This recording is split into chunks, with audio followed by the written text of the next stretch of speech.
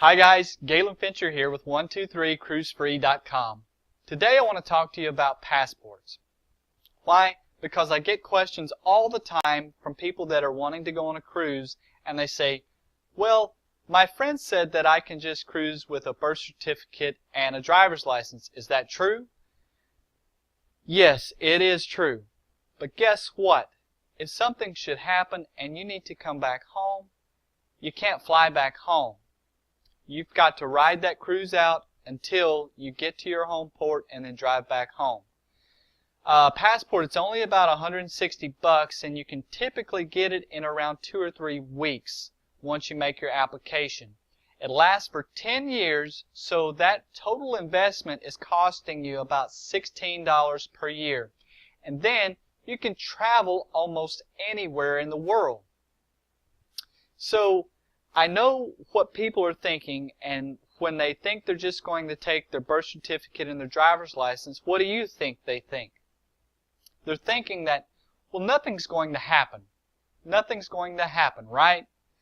But just like the travel protection, I want you to be proactive in your thinking because anything could happen. Because once we're doing something, pretty much in all phases of our life, we're not thinking about the things that could go wrong. And this is one of those situations where you want to make sure that you're protected in case something should happen. For instance, I probably have told this story before that I've had a few clients who've had family members pass away while they're on their vacation, about the second day of their vacation.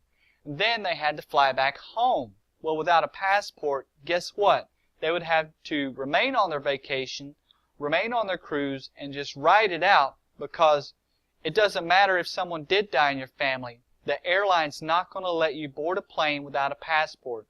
So not only are you going to be grieving right now, you're most likely going to miss the funeral as well. So that's just one reason. So what happens if you get injured, if you have an accident? What happens if you get sick? And, well, guess what? You don't want to take the primary care in Mexico or, Progreso, Mexico. You don't want primary care in Mexico. You'd rather be home at your own personal physician's place so that they can really take care of you. Well, guess what? With a birth certificate and a driver's license, you're just going to have to suck it up and ride it out. Here's one of my favorites. It's a story that I'm relaying to you. Thank God, it's not one of my clients. But it's a ship left without me story. So there's this guy that he and his family are on a cruise from Fort Lauderdale, and they're at Atlantis in Nassau, Bahamas. Now, they've set up the best laid plan. They've all discussed it. They're in their meeting area. We are all going to meet back here at 3 p.m., and then we're going to head right back over to the ship, all of us together as a family. Well, the father meets back. Boom. He's there. He's waiting. 3 p.m. rolls around. It's a ghost town. Well, maybe they're just running a little bit late. 4 p.m. rolls around. It's a ghost town. About 4:45, a golf cart rolls up and a guy says, "Are you Mr. So-and-so?" He goes, "Yeah, I am Mr. So-and-so." He says, "Well, get in the cart. We got to go."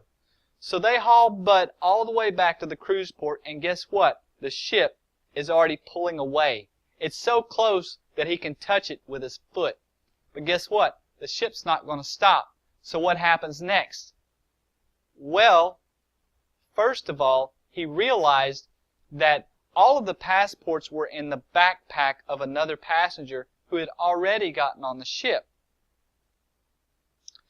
So fortunately for him, the guy in the golf cart was communicating with some of the ship's staff, and they were telling him exactly what to do, which was, we need for you to put him up in a hotel, then he needs to go to the U.S. Embassy, make his passport application.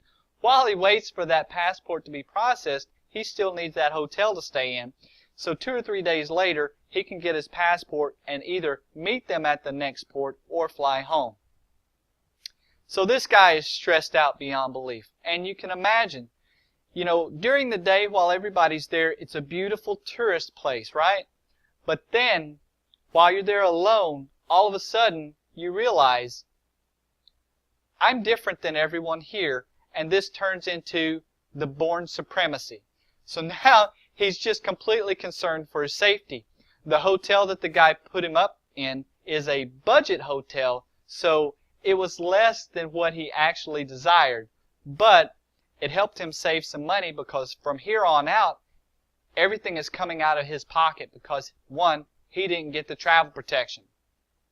So he's just got whatever money he's got on him and his credit cards. Guess what else he forgot? His phone charger. So his phone is almost dead, so he's trying to communicate with his wife.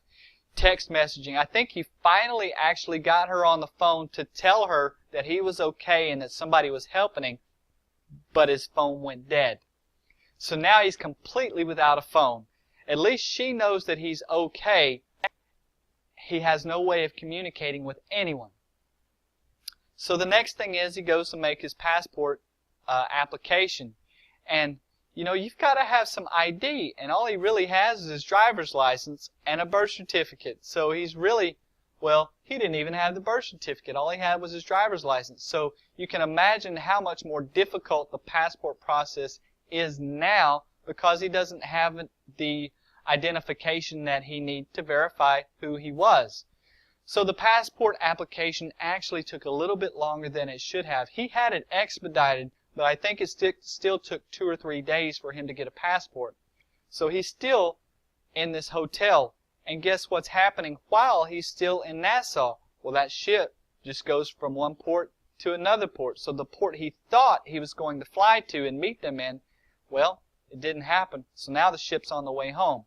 So he missed 1 or 2 ports, and now his only option is to, once he gets his passport, to fly all the way back home to Fort Lauderdale.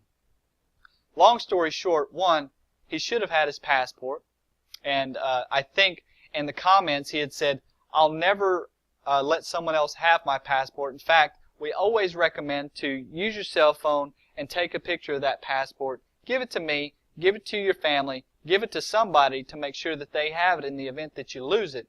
And the second thing he said was, I'll never travel without the travel protection. Why? Because they would have covered all of those expenses.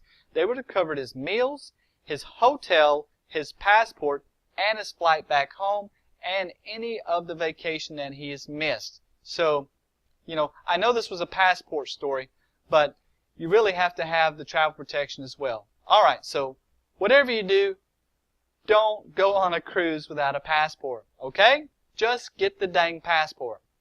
Alright, again, this is Galen Fincher with 123cruisefree.com, and I'm going to talk to you later. Bye for now.